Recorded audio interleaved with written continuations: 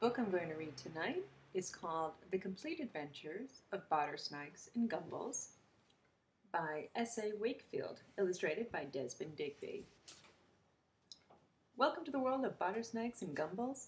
Deep in the bush live some very strange creatures. Bottersnakes live in rubbish heaps along dusty roadsides in the lonely Australian bush.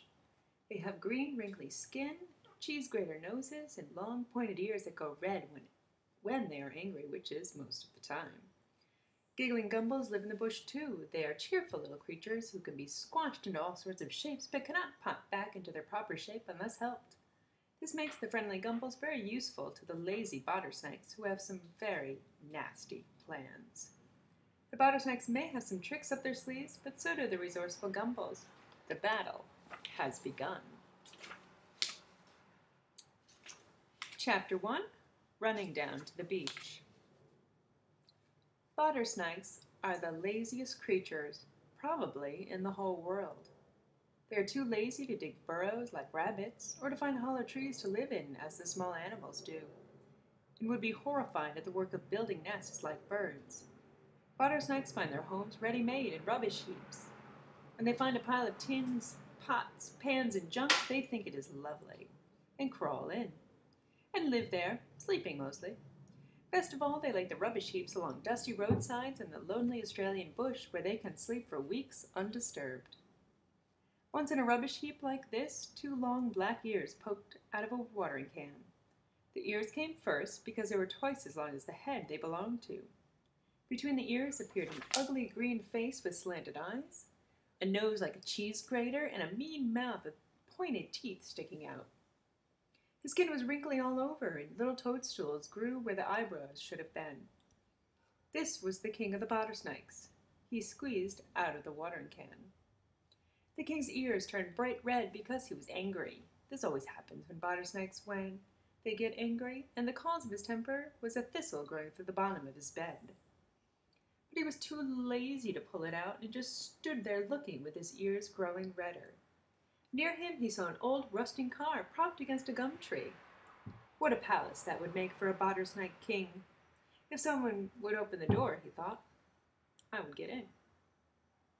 So the king yelled at the top of his voice for help, and very loud that is, but the other bottersnakes, all 20 or so of the king's band, snored loudly from their beds in the rubbish to show they had not heard.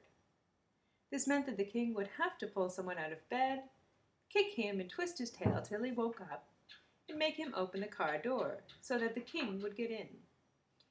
Bottersnakes go to no end of trouble to do things the easiest way. There is no one at all, the king growled, who will help. His ears glowed in a royal rage that was quite terrible to see. As the king was yelling for help, the gumballs happened to be passing, which was just their bad luck. They were on their way down the hill to a little stream they knew of called Early Fruit Creek, where the water flowed into quiet pools and banks of sand made tiny beaches just right for gumball paddling. Hey you, bawled the king of the gumballs. Come and open this door and help me in. The gumballs were a bit astonished, as all their friends in the bush were much politer than this, but being cheerful little creatures and always ready to lend a hand like good brownies, they said, all right, if it won't take too long, because we're in a hurry to get to the creek, you see. Don't argue, the king said, just do as you're told. By climbing up each other's backs, the gumballs managed to open the car door, and with a 1, 2, 3 all-together shove, they heaved the king into his new palace. Hearing the strange voices, the other bottersnakes decided to wake up. They peered at these funny little creatures they'd not seen before and asked, what are these? Useful, the king said, clambering onto the steering wheel. That's what they are. Grab 'em. Here, just a minute. You can't do that, the gumballs cried, all speaking at once. We only stopped to lend a hand. We're just running down to the beach for a paddle in the cool water. Got you, shouted the bottersnakes. And they grabbed those little gumballs. This was quite easy, for though they are so lazy, bottersnakes can move faster than gumballs when they have to because their legs are longer. And when they grabbed them, they discovered a peculiar thing about gumballs. They discovered that you can squeeze gumballs to any shape you like without hurting them, and that if you press them very hard, they flatten out like pancakes and cannot pop back to their proper shapes unless helped. This, said the king, watching, is more useful than ever. The bottersnakes blinked. They couldn't see why it was useful at all. Silly, squashy things, they thought. Because, the king growled, we can pop them into something and squash them down hard so as they can't get away, and when I want some work done, they'll be ready and waiting to do it. Now the bottersnakes began to get the idea. They would have servants forever to tidy up and keep them comfortable. Hoo-hoo, they yelled. What'll we pop them into? Jam Tims, roared the king. Another good idea. Naturally, there were hundreds of them lying in the rubbish. The proper thing is to shout, "Got you!" and grab 'em and pop 'em into Jam Tims. What a rotten thing to think of, cried the Gumballs, when we only stopped to... Got you! Shouted the bottersnakes, and they grabbed the Gumballs and popped them into Jam Tims and squashed them down hard with horny fists. There were more than enough Gumballs for each bottersnake to grab one. Some of the fattest, in fact, grabbed two. How they snuffled through their noses, which meant that they were laughing. How they roared and snorted and hooed with the glee at what they had done. We done ourselves a good turn, the king announced. We done a good day's work. Exhausted at the thought of this, they fell asleep at once, and the tinned Gumballs were left in the hot sun all afternoon, thinking of the cool creek where they had meant to paddle.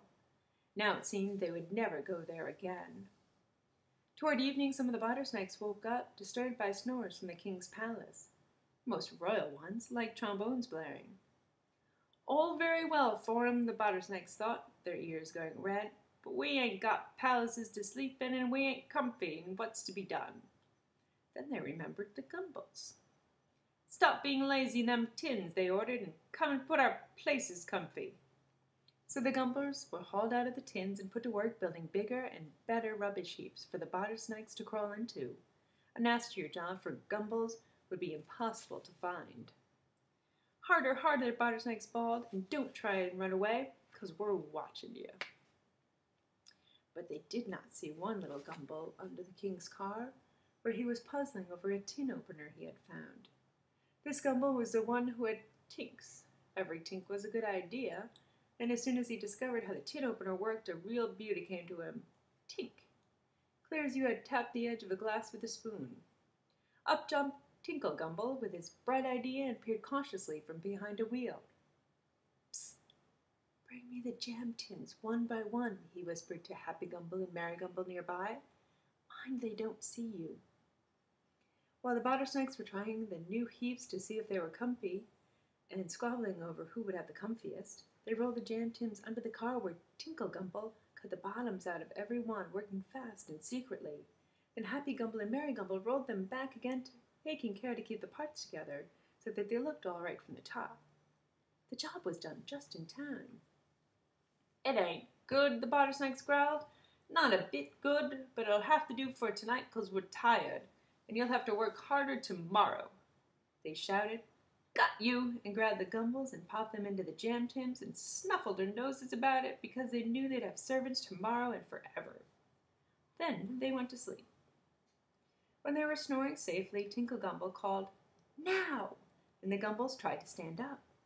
The cut-out bottoms of the tins fell away nicely, just as planned, but they were still stuck in the round parts, absolutely lodged in. "How are we going to get away?" said Happy Gumble. "My legs are so squashed up I can hardly move."